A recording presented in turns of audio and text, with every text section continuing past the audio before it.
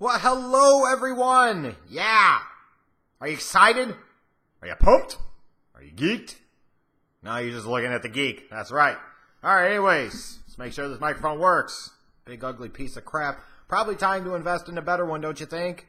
'Cause, I mean, they call this thing a snowball. Never mind. I'm not even going to go into what it looks like right now. But anyways, so it is that time of week to do some Q&A and exciting. Thanks to those of you that went on Twitter and tweeted your questions. As per usual, because of the amount of questions that I get, and I enjoy doing these Q&A videos, we're breaking it up into two parts. Part one, which is this video, this one right here, right now, is all NFL-related questions. Part two will be about all the other shenanigans in the world, the NBA. I'm sure there are plenty of questions in there, and I'm sure there's going to be some political and other real-life stuff. You guys don't have to be afraid to ask those questions either. That's why I separate them into their own video. But anyways, let's go ahead and get started with part one here.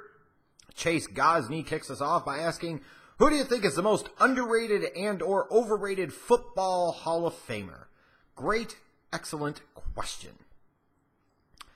From an overrated standpoint, you will hear often somebody like Joe Willie Namath, and you'll hear a lot of people when they look solely at the numbers, they will say, how in the bluest of blue you-know-whats is this dude a Hall of Famer? Because of one game and one guarantee where he didn't even throw for a touchdown pass in Super Bowl III, when it was really, for all intents and purposes, Matt Snell, the running back that was really the Super Bowl MVP against the Colts in that 16-7 win that shook the world. But you got to look at the impact of Joe Namath and the star power and the marquee power he brought to the AFL. He was a signature part of the AFL being able to be sustainable and, more importantly, ultimately merge with the NFL to where organizations like the Jets still exist today. And when you think about an organization like the Jets, they started off as the New York Titans. They were god-awful terrible. They were a joke. Nobody took them seriously. Joe Willie changed all of that. And 5 decades later, after that Super Bowl III championship season, they are still looking for their next Joe Willie Namath. And I know plenty of Jets fans that hope that the Suck for Sam campaign that ultimately didn't manifest, but still ultimately resulted in Sam Darnold falling to them at number 3 anyways after the trade up from 6. They're hoping. They're hoping that he can be that dude. But I don't think Joe Namath is the most overrated Hall of Famer. Personally, my perspective, my opinion, and I know it's before my time, so you have to take it with a grain of salt, but I look at Bob Greasy. Like, even the season that the Dolphins went undefeated, didn't Greasy miss most of the season? And wasn't it Earl Morrall that helped lead the team to most of that undefeated record? Bob Greasy, back in that time again, it was a different time. It was a different era. So your quarterbacks called more of the plays. They had much larger control of the audience. And to be fair to Greasy, his glasses game was on point, but it wasn't like the design of that team with Larry Zonka and Jim Click and Mercury Morris. Even with having Paul Warfield on the outside and Mandrich at tight end, you weren't going to throw the ball a ton. You were going to throw the ball when you needed big plays, when you needed to shake things up for your running game. But your running game, behind that no-name offensive line, if you want to call it that, with the no-name defense, obviously, but even that no-name offensive line had Larry Little and Kuchenberg, Langer. I mean, that was a pretty good unit. It was a really good Dolphins team in the early, mid-'70s. I look at Bob Greasy and I'm like, that's a guy that was a product of the environment of what he was around. Just based off of his sheer numbers and his production, I don't think there's any way without the Dolphins' 2 back-to-back Super Bowl championships and 3 straight Super Bowl appearances, there's no way he's a Hall of Famer just on his own merits alone. There's just no way. So he always stands out to me as a guy that is incredibly overrated when you talk about Pro Football Hall of Famers. There aren't a ton of guys that I look at in the Pro Football Hall of Fame, though, and I say, God, they just absolutely do not belong. Baseball, different story. Football, not so much. Joachim Flavor, will the Browns finally turn it around? It depends on what you define as turn it around. If you say turn it around to where they're not a joke, turn it around where they will be competitive, potentially banging it out for a wild card spot either in 2018 or 2019, then yes, they will. Will they get to the point where they could contend for a Super Bowl? We're probably still quite a ways away from being able to determine that. But I do think that at least under Dorsey, they're going to get to the playoffs in the next 2 to 3 years. I'll give him that. He could build a wild card team. See the Chiefs. It's a matter of, is he going to build a Super Bowl team? Cloud asks, is the NFL supplemental draft important? In this sense that if you spent a first-round supplemental pick on a player that originally wasn't a part of the draft and then later became available, you lose that first-round pick in the next year's draft, or whatever round you spend a pick on in the supplemental draft, you lose that consequential pick or corresponding pick in the next year's draft. So that could be kind of important. You could potentially have somebody slip through the cracks, but in large part today, in today's NFL, not that important. Really not that important. Alan Graham.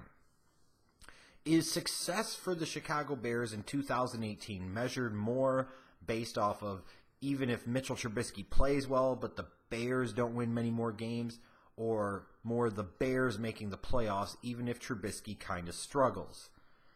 It's a good question, Alan, because it's like, do you want the team to make the playoffs? And does that automatically mean that Trubisky has to show a lot? That's not necessarily the case, especially if the defense is very good. You expect a top 10 unit out of them under Fangio, the D coordinator in 2018. You got Jordan Howard, Tariq Cohen, that great 1-2 punch in the backfield in Chicago. They're a team that's going to be able to run the ball. If you can run the ball and stop the run and generate a little bit of pressure on opposing quarterbacks, you can hang in the mix even if your quarterback is so-so. You look at the Jaguars last year, perfect example. Blake Bortles still is not very good. All the Blake Bortles facts Twitter accounts in the world don't change the fact that the dude absolutely sucks. But that said, you got a great running game with Fournette. Defensively, you could be tough at times against the run when you need to, and you could generate some pressure on the quarterback. It also helps that they've got really good corners in Jalen Ramsey and A.J. Boye. You saw what they did.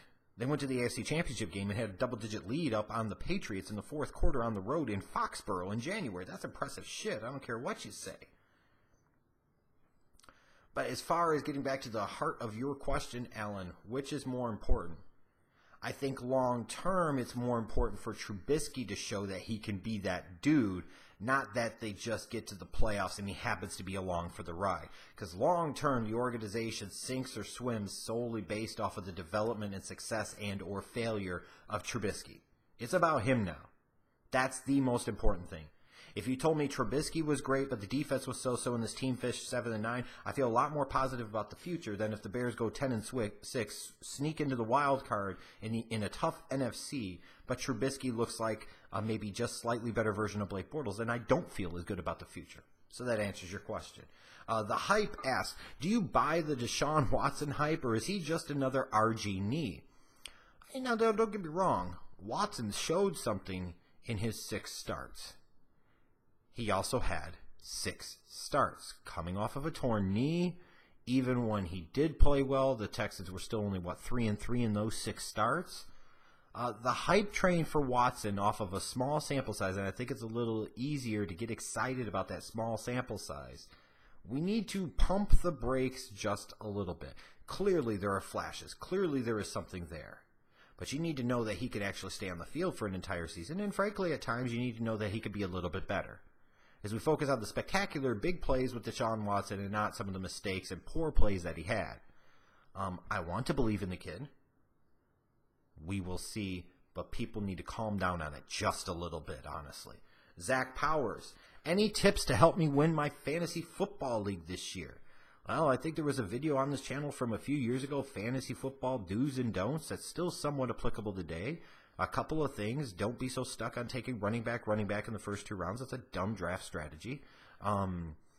My philosophy has always been is to go receiver multiple times early, like 2 in the first 3 rounds, and then I focus on running back depth later on in the draft. If you're in a league that has like a kicker and a defense/special teams, don't draft them before the last 2 rounds. This whole notion of, we're going to get this defense early. No, you don't. Because in a lot of cases, you're going to sit there and drop them during their damn bye week anyways. That's stupid. If anything, in an ideal world to me, if you play it right and know what you're doing, the last 3 picks of your draft will be a quarterback, defense/special teams, and a kicker. And also, unless your league mandates you to, based off of how the rosters are constructed, particularly the benches, do not draft more than 1 quarterback. Do not draft more than 1 defense or special teams. Do not draft more than 1 kicker. They are wasted fucking roster spots. And when you start playing the matchups for your defense, start playing the matchups for kickers and matchups for the quarterbacks, those are the guys that love fantasy football and they don't fucking matter when it comes to the Fantasy Football League playoffs and specifically Fantasy Football League championships. Wait on your quarterback, because the difference between QB1 and QB12 isn't that much. And for me, for years when I was doing the season-long leagues, one of my big keys for success was taking multiple wide receivers early, focusing late on a lot of running backs, especially rookie running backs that were backups that I thought were going to be starters at some point in time in the year, and waiting as long as I possibly could to take that 10th to 12th quarterback. And I was very successful doing so. That's the strategy. That's the strategy. And I know I'll get the dumb dicks in the comment section talking about, no. Just no. Use your brains. Peter Jedra, should players be forced to honor their current contracts? You know, it's an interesting question. Do they have the right to hold out? Do they have the right to request, demand, or beg for more money? I mean, they could try it, but if they don't have the right amount of leverage for themselves, it doesn't do them much good. And when you talk about honoring the contracts, then you say, well, if the team technically signs with a 5-year, $100 million contract, shouldn't they have to honor all of that? Well, problem is those NFL contracts, at least, if your name's not Kirk Cousins, they're not 100% guaranteed. So honoring the contract could be both paying what is there, but also sticking to the terms of the contract. And if it gives you an out where you can cut this player and you get out of this much, then that technically is honoring the contract. You're not violating the contract. You're just bringing the contract to a close. You're opting out of that contract. Should they be forced to honor it? I mean, depending on their circumstance, situation, especially if they don't have leverage, they end up usually being forced into it. So, I don't feel a lot of sympathy for them. But, you know, like if you're Aaron Donald with the Rams and they don't get a new deal done for you before training camp, you have to strongly consider holding out, because are the Rams going to really sit there with investing what they did and bringing in guys like Aqib Talib and Marcus Peters via trade and Ndamukong Suh in free agency? Are you going to let the best defensive lineman in football sit on the sidelines for half the goddamn season when you're going all in and thinking Super Bowl this year? Aaron Donald has more urgency and leverage behind him with the Rams than other players on other teams do. So it just depends. JT Evans, out of the Dolphins, the Bills, and the Jets, who has the best chance at the playoffs? Ooh, in 2018? I know the easy answer is none of them. Out of the three, I will go the Dolphins, and I really don't feel like good about that one. It's like picking three losing options this time. The Bills got their playoff appearance last year. Now they can go right back to being the Bills. Gio knows. Will Kirk Cousins and Sheldon Richardson help the Vikings get a Super Bowl? Your skull ass is most certainly hoping that, aren't you, Gio? Aren't you, Gio? It is so hard to know from one year to the next. Because what was the reality or truth in 2017 might not be in 2018. Now, is Kirk Cousins, in theory, a bit of an upgrade over Case Keenum? Yes. Is he a massive, significant upgrade over Case Keenum and based off of how Case Keenum played in 2017? Probably not that much. I mean, there's a difference, and Cousins is a better quarterback. But is it enough of a difference? Will you have to change your style to fit Cousins? Will that necessarily work? What is Sheldon Richardson really going to bring to the table for you? I mean, they're not bad moves, but I don't know if it moves the needle that much for the Vikings in terms of getting to the Super Bowl. I really don't. Bruno Jorge closes us off by asking, will the Chicago Bears take a step forward like the Rams did last year in this season, or the Eagles, or something smaller? You know, the tough thing is for the Bears is they could be markedly better, but based off the strength of their division, in particular the strength of the NFC as a whole, the Bears could be a lot better and be a 7-win football team. And that would be much better, and especially to show progress, and Trubisky showed some growth and showed that he could be the dude, then I'll take 7-9 and let's move on to 2019. But they could. But it is a lot of envisioning, a lot of projection, and I still think the Bears can win 9 or 10 games this year, but even in that case, I don't know if that necessarily is going to get them in the playoffs in the NFC. I just don't. You got 3 teams in the South are probably going to be in the mix. Probably at least 2 teams in the West are going to be in the mix. I think potentially 3 teams in the East are going to be in the mix. And then 2 to 3 teams, if you included the Bears, in the mix in the NFC North. So you're talking about 3/4 of that conference is going to be in a legit playoff position, in playoff contention. That's really tough to overcome. But they could, but they might make a smaller step. But anyways, thanks again for all of you that submitted your questions for part 1 of this Q&A. Part 2 coming up soon. Thank you.